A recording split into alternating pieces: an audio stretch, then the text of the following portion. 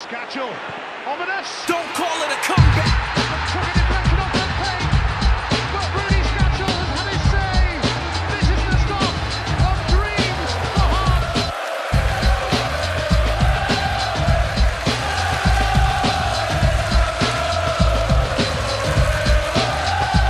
Just like Motherwell and Dundee United, we were stagnating and needed an injection of new blood. Mixed with Pataline. Yeah, so we went for, and just like Motherwell and Dundee United, we went for something as bland and predictable as possible. It's a podcasting Hearts fan, it's Craig. Thanks. I've been a long time fan of the show. Well, for as long as it's been going. Yeah. For as long as it took until you heard that intro and suddenly went, no, not a fan anymore. Made a huge mistake. Craig will be familiar to the Terrace listeners to you out there. Also familiar to Terrace listeners, it's Robert Borthwick. Hi, how you doing? And me, who's never actually been asked to be on the Terrace, actually. Maybe you should be better. Maybe I should know more about Scottish football. Yeah. Like the bosses of Dundee United and Motherwell, who, when in their extensive searches for managers, went, I've seen him before, he knows what he's doing, right? It's the same recycled names every time. Stuart McCall will be tipped for every single job in the Scottish Premiership until he dies. It's just going to happen. I think Dundee United were really gutted that Jurgen Klopp got snapped up just before they could swoop. I know, exactly. They must be seething. Surprised they didn't go for Ancelotti, but there you go. Yeah, well, they've got Pat Linen though, so... Yeah, mixed with Pat Linen, who masterminded Dundee United's single goal loss to Heart of Midlothian on Sunday. Yeah, he didn't really keep up his good record against Hearts up till now, did he? Yeah, his record is alright as well. I think he's like 1-2, lost 2, drawn 2 or something like that. But yeah, buck him. Sounds bang average. Yeah, it does. Sounds mixy. Yep. Sounds very mixish. Exactly. But I don't know. I think just a 1-0 loss, given how utterly terrible Dundee United have been recently, is.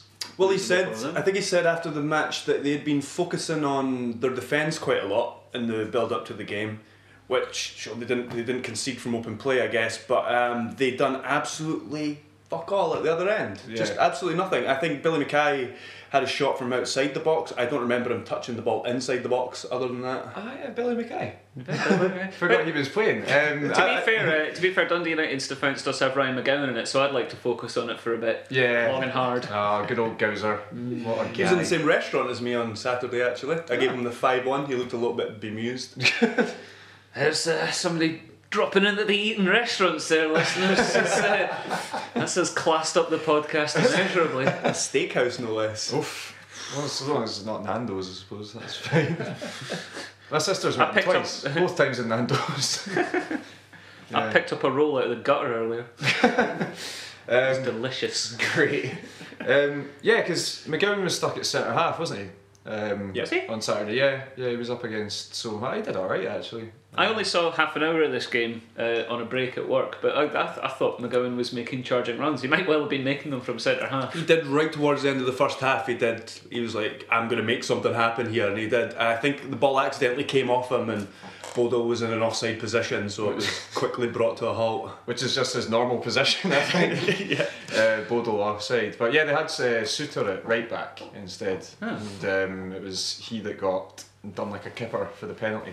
So yeah, speaking of right backs and all those things, that was our major change for this game after Callum Patterson was a fucking idiot 2 weeks ago. Just an idiot in 6 of the games this season where he's got a booking basically, but yeah. But Jordan McGee running free. Yeah, absolutely. I mean, that was his third 90 minutes in 8 days, so you can kind of see why he crippled himself towards the end and couldn't move with the cramp. But he did fine. He's still consistently saying he doesn't want to be a right back, he doesn't want to fill in, he wants to start at centre half, he feels he's ready to do that now. But performances like that are only going to help him, because I thought he did great. I thought he was fine at right back. I mean, he was up against nothing basically, but he still got up and down the line well enough. And yeah, I'm a big firm believer in Jordan McGee. Jordan McGee effective against phantoms. Yes, exactly. Yeah, great against. It's always good to have a Ghostbuster in the team. It is, and he is that Ghostbuster.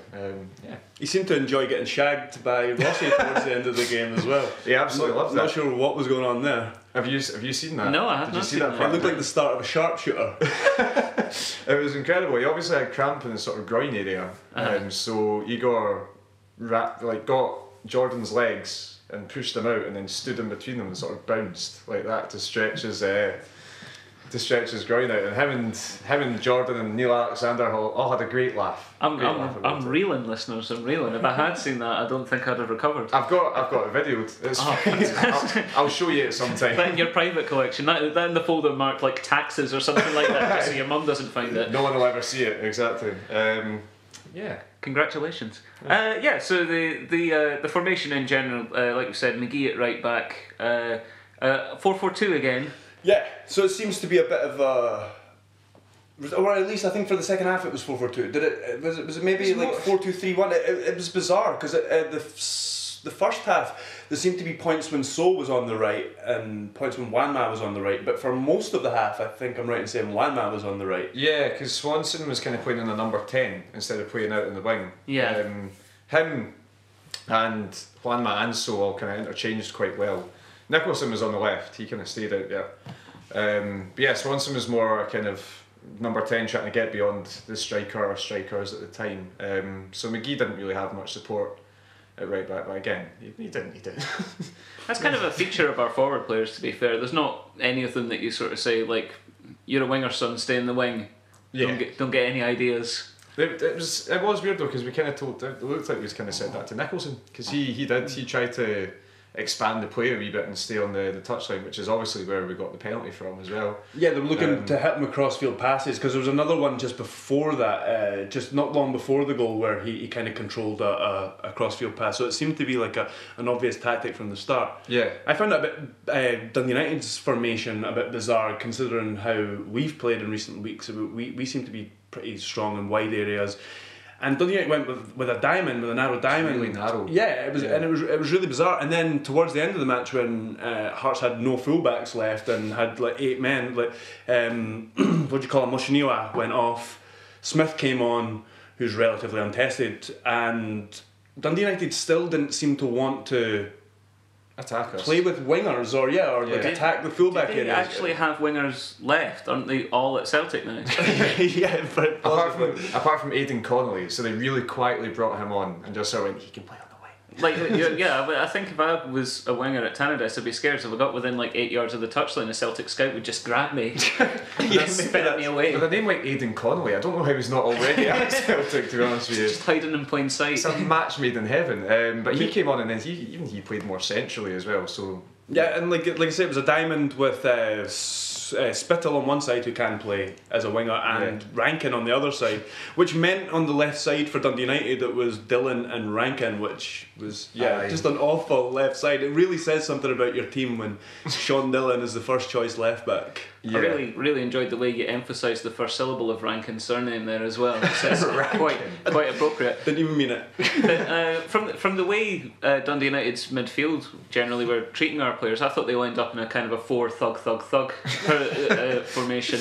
Aaron Cool. Oof, what a wee shite bag he is. Looks like David Luiz wants to murder the entire world. Just right from the first one. Even when that hasn't hit puberty yet. It's the only thing he hasn't hit. Even when Nicholson went down for the penalty, he rattled the ball against his stains. From about 2 yards away, Cool just thought, well, it's a penalty now, so I can do pretty much anything. Booted the ball off Nicholson from about a yard. As a good friend of mine once said, if you're going to be caught stealing a sheep, you might as well shag it.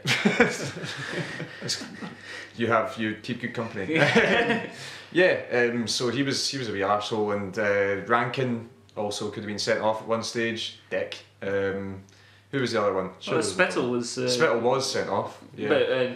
But hit about 20 people before that happened. Yeah, angry little guy. And he gave away the penalty. He did. Really clumsy. Yeah, he just came flying in. Yeah. A defender he is not. But Nicholson did well in the first place. He controlled Blase's crossfield pass brilliantly, and then just did what Nicholson does brilliantly. He looked like he was going to take it down the byline, cut back inside Suter like he wasn't even there, and Spittle was rushing back, and he just Spelt a ride with that expression on his face, like when you go to hit your brakes and the car just doesn't slow down quite as much as you would hope. You're like, oh no, oh shit. Yeah. And yeah, he just careered into him, absolute stoneballer all day long. There's no complaints whatsoever, and that wasn't even one of the tackles he got booked for. And Juanma stroked it home.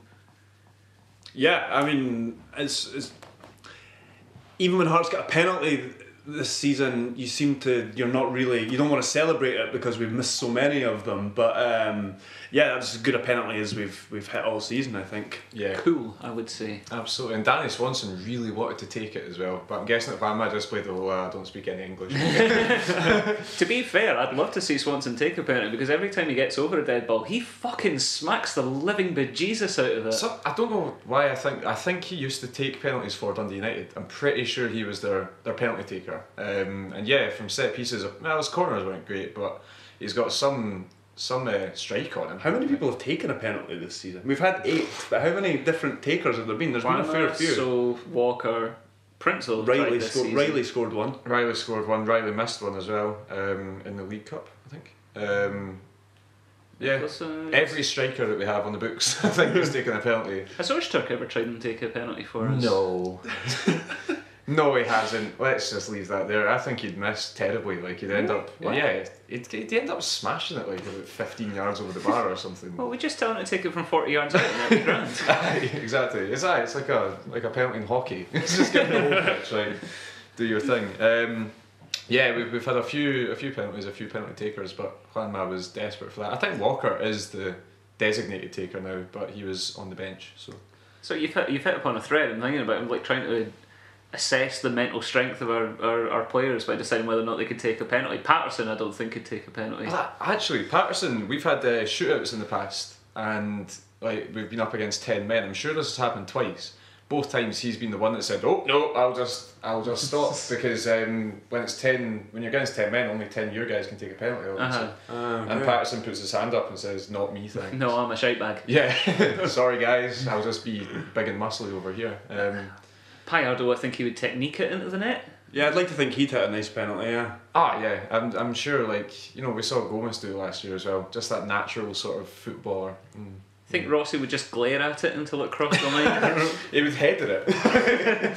He would get down on his knees and just headed it into the bottom corner. Yeah, I mean, it's penalties. And the referee would go, "Excuse me, you can't," and then Rossi would look at him and go, "Goal, 2 goals." yeah, have them both. There you go. I'd like to see Rossi score another goal. I like Rossi. One that matters. Yeah, not a sort of complete consolation goal against Aberdeen. Yeah. Speaking of Rossi, our defence, well, this might be a product of Dundee United having the ambition of a 30-year-old virgin who lives in his mum's basement. But Mixed Palline. But yeah, the defence looking very solid, very unflustered. It's quite nice. I don't think it's just this game. I think there's been a couple of games in recent weeks. There was the clean sheet at Celtic Park. There's another one that I can't think of off the top of my head. But yeah, after going through quite a number of matches without getting a clean sheet, we seem to have sorted it out a bit more. And at first I think it was a return to just like a basic 4-4-2 that brought it about. But obviously we didn't start this match with that formation. But yeah, and some of it has coincided with Rossi moving into the centre as well. Yeah. I don't know if it's to do with Ozturk dropping out or whether it's just Rossi moving into the centre, but yeah, I think Rossi's had something to do with it. Yeah, I think you can see in the sort of the Rossi Augustine partnership, they've obviously been told, right lads, no nonsense, none of your shite. All we want is for you to clear the ball if it comes towards you, and that's exactly what they did. You could see it. I mean, where Augustine would maybe take a touch in previous weeks when he's getting chased down, he just sticks out the play, put it out for a throw in, get back in, get your shape back, and it's basic defending, but it's what we needed to be looking at, because our defence was shakier than a shite and dug for weeks, and now it's looking a lot better. And those two, Ozturk's going to find it really hard to get back in if they keep playing like that. That's the best Augustine's played for us in a Hearts top, and Rossi's just been. I mean, I honestly think he's probably been one of our best players all season. Yeah. Certainly our most consistent player. I think the catalyst wasn't so much getting rid of Ozturk, it was getting rid of an injured Ozturk. Right. Yeah. Which I think brings us to the grand theme of this game, and probably the grand theme of our season, which is our players just generally aren't fit. Yeah. And it doesn't seem like it's a problem with training. It seems like just a lot of them are chronically unfit. I think with Oshiniwa we're unfortunate because he is genuinely, I think he's just the sort of guy that's fitter than a butcher's dog, but he tweaked his hamstring. That's just something, I think I agree with that one. I do think there's maybe an issue here overall, but I agree with that one. I think that's just something that can happen to any player at any time. Yeah, exactly. I mean, you're not made out of stone. Your muscles can go sometimes. Apparently it's not that bad. It's a slight tear of the hamstring, so you're looking at 3 or 4 weeks. Did he not get his hamstring kicked to fuckery against Kilmarnock? Probably. Is that not why he went down? I don't think that really matters when it comes to a tear. No, okay. No, I'm not sure. I don't know. Ask him. I will. He'll probably answer you in great lengths. Yeah, so I think that one was just unfortunate. But the likes of Osman Sow and Juanma both Well, So's just been injury prone since he came to the club. Is that why Hearts have Osman Sow, because he's injury prone? He didn't kick a ball for the first team at Palace because he was injured basically the whole time he was there. He was signed a wee bit late to be involved in their 25-man squad as well. And he obviously has ability, so it's maybe a fully fit Osman Sow would be above this level. I don't know. Yeah, it might be that he just can't play 90 minutes. Which I think would be supported by the fact he's when he's on the park, for the first half hour that he's on the park, he's playing as well as he's played in a Hearts jersey. Some of the wee tricks and feints that he was doing at the start of the second half that I saw is phenomenal. Yeah, he's great. His pace and strength to get the better of Durnan a few times as well is fantastic. The return of Durnan. Mark Durnan. He was getting the better of him every time because Durnan for some reason was letting it bounce, and whenever that happens you can just see Osman So's eyes light up because I'm faster than you, I'm stronger than you, I'm going to get to the ball first. So I've been thinking about this, and I wonder whether we could solve a number of our problems at the same time by going with a 4-3-3 and just having Juanma play the first hour, knock fuck out of the centre halves, and then put So on for him to sort of gamble in amongst the corpses.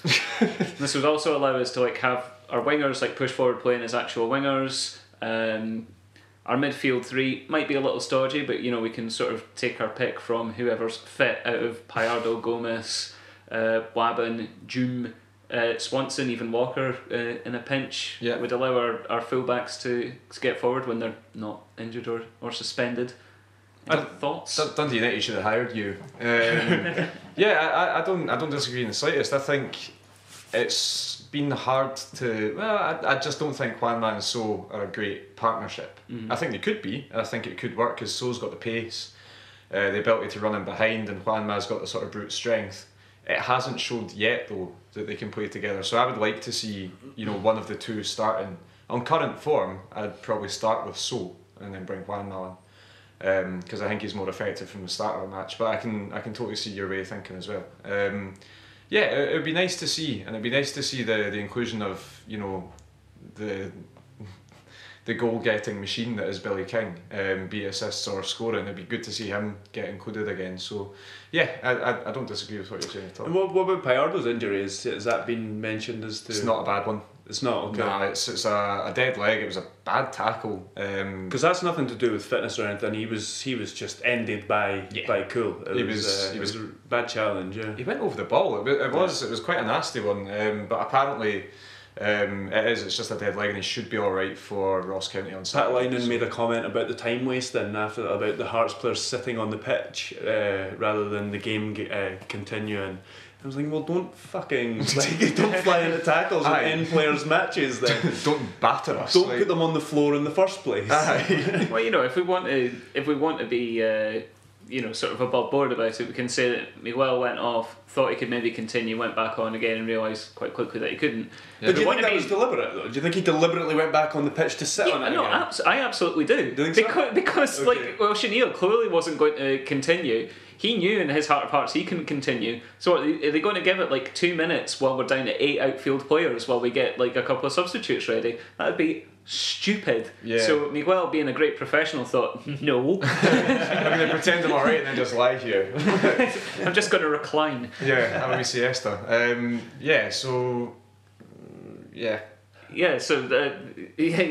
it's not. it's not exactly within the spirit of the game, but don't be fucking stupid. Not gonna let even Dundee United could possibly find a way to score against 9 men. Yeah. Well, I don't know. We pretty much had 8 or 9 men at the end of the match. And they couldn't do much. Very true. Also fair, yeah. To go about your point about giving Billy King minutes, I would like to see that instead of like this sort of in and out approach to Walker, who I think, still doesn't seem to be fit. I think Billy did himself no favours with apparently fairly awful display against Killie in the League Cup. Apparently played really, really badly in that game, and he's kind of been a wee bit out of favour since then. And he's now, looking at this reality of it, he's got Dario Zanata breathing down his neck as well, because he's been showing some real promise for the under-20s and made it onto the bench on Saturday as well. Isn't that a winger? Yeah. Alright. He's sort of attacking. Like just a forward. If it was on Football Manager, he'd be AMRLC. I think can play pretty much anywhere across that. Is there any chance he could do a bit of DL as well? Fucking hopefully, because we're going to be without Oshiniwa definitely on Saturday. So, so I think Billy will get his time again. He will get more game time. He just needs to bide his time. But I'd like to see him back in there sooner rather than later, because he's so brutally effective at getting results and getting goals. And the excitement about Zanata, is that based on reports of his performances in the under-21s, or the fact that he's got the greatest footballing name? He's got the greatest footballing name. I'm just going to go with the name, yeah. Yeah, absolutely. I can't say I see much of the under-20s. So.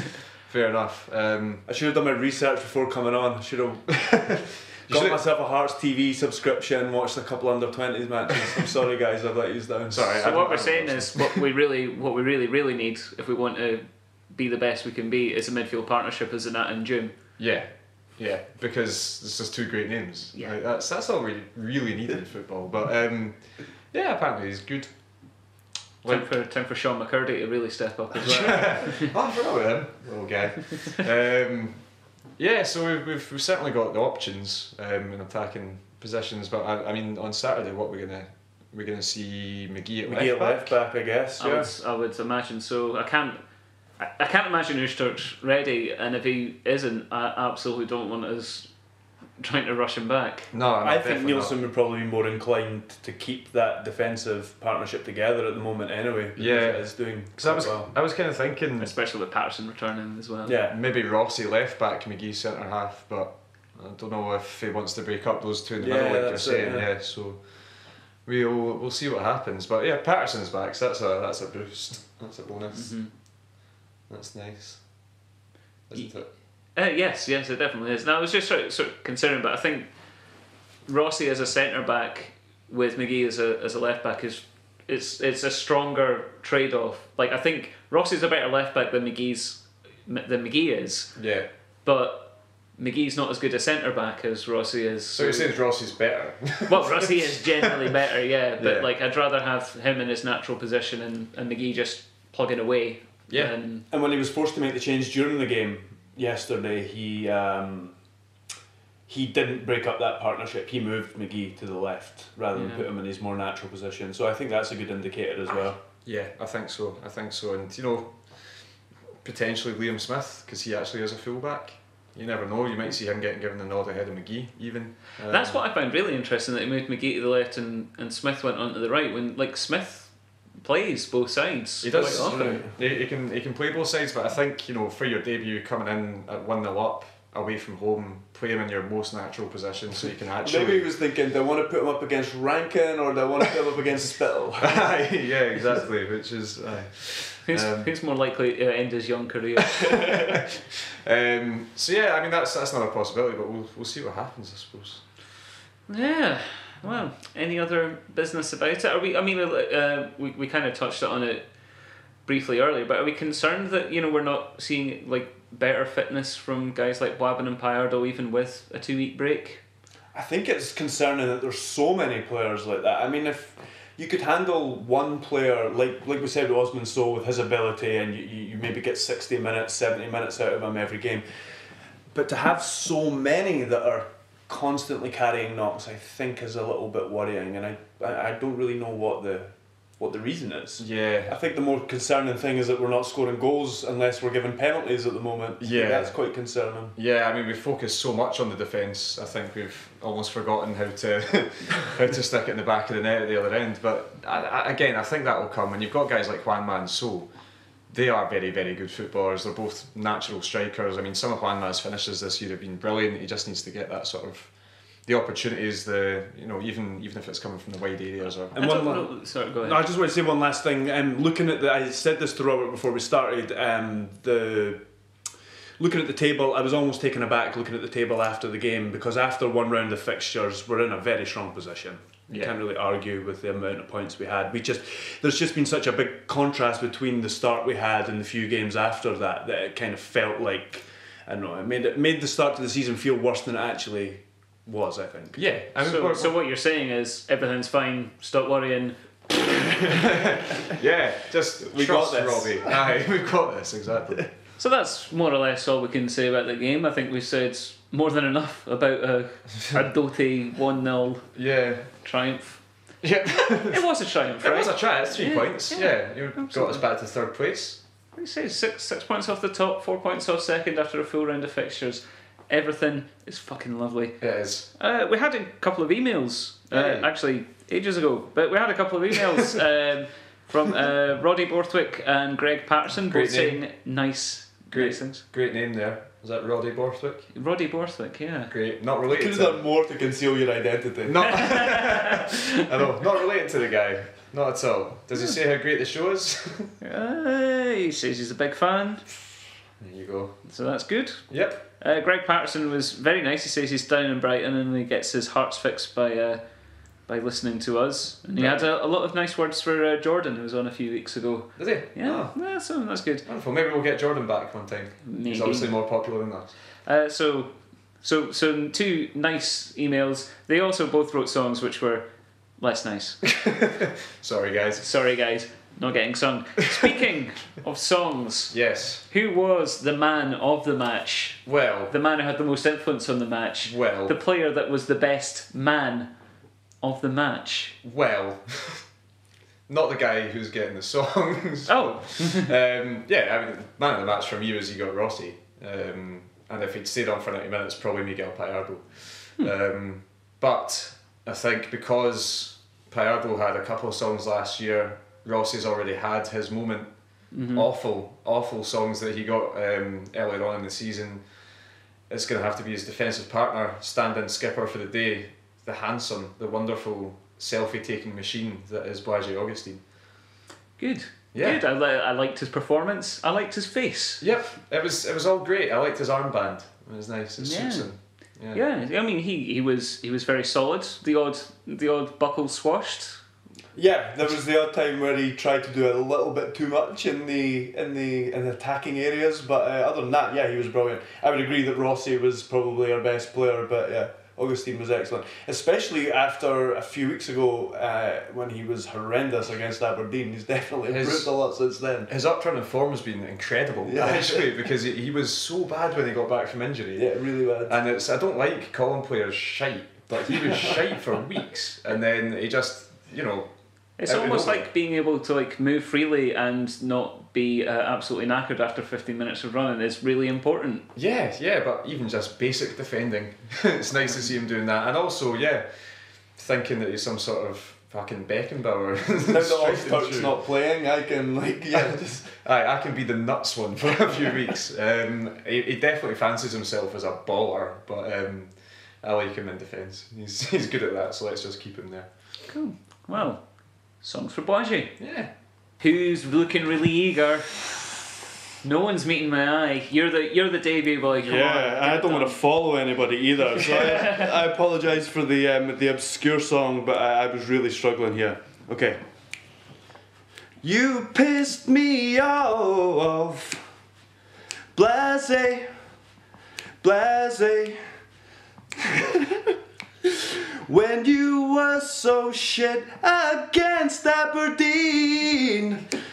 Blasey, blasey. Pendulum has swung and now your body. Blasey, blasey. But just calm down, you are no Ali Mustard. Blasey, stay back. Blasey, blasey. That's all I have. It's magnificent. Very well sung. What's the song? It's a song by Young Fathers. Ah, right, okay, that is a niche reference. Absolutely. Good Edinburgh band though, so we'll take it. Yeah. Yeah, absolutely. Thanks. I was debut. shitting myself for that. Yeah. How are you feeling, Robert? Do you want to? I'll go now. Okay. That's fine. Just need to find my range. Sure. Don't have a range. Okay. 'Cause he's handsome and reckless, taking selfies in his car. He could leave you breathless, sipping champagne at the bar. If you said he'd be captain, I'd tell you you're insane. But we've got a blasé baby, blasé Augustine. T Swift there. That's one of my best efforts in fucking ages. I had no idea how to work Augustine into a song. Oh no, you can shoehorn it in, man. It's fine. He carries the ball when maybe he should stay. He's sending it long up to Nicholson. He's got a big beard on his lovely face. He plays well with ego. His name is Boisget, his name is Boisget. All he wants to do is hit high bass. His name is Boisget, his name is Boisget. 6'2" and he's pure sexy. I like how you were ear drumming all the way through that. Incredible. That's actually not a bad week for songs. Yeah, well done to us. Yay. Who wins? Who wins? Robert was the only one who got Augustine into the song. I don't know if that counts for anything. I did discard an Augustine lyric because it wasn't as funny as his face being sexy. But you know, you can only judge what's on the pitch. So Robert, well done. Thanks, guys. Thanks. I deserved that. So thank you for joining us, Craig. A very solid debut effort. Thanks for having me. Yeah. Very good stuff. What's are we doing the Twitter things? Yeah. What's your Twitter handle? Craig Cairn 001. Not. Well, making sure you can differentiate yourself from up to All the other ones, 999 other Craigs. Are fantastic. Yeah. I'm still at RF Borthwick. Oh, good. Yeah. Are you still at Nickel Hay? Yeah, I haven't changed. No. Good stuff. Didn't see the need. Good. We are still, as a collective, at We Have No Cares. Do tweet us if you want to. Yeah, email us and try and get us to at least mention that you sent in the song, Yeah. like Roddy and Greg. Yes, it's wehavenocares@gmail.com. And go to wehavenocares.tumblr.com to see every episode there with audio links, with YouTube links, with a lovely picture of Craig Beattie at the top. It's everything you want. Yeah, it's a great page. Go visit it. Throw away the rest of the interweb. Absolutely, just get it to fuck. And we'll be back on Saturday. Are you? Yeah, probably Saturday. I'm definitely going. Oh well, yeah. hooray. We'll be back on Saturday with a Ross County episode. This is probably a conversation for off-air, guys. We'll be back at the weekend. Yes, at some point. Thanks for listening, Yeah. Steve Crawford. Steve Crawford. Steve Crawford. Still don't know what that means. I'm gonna knock you out. Mama said knock you out. Oscar's arriving on the scene. Hot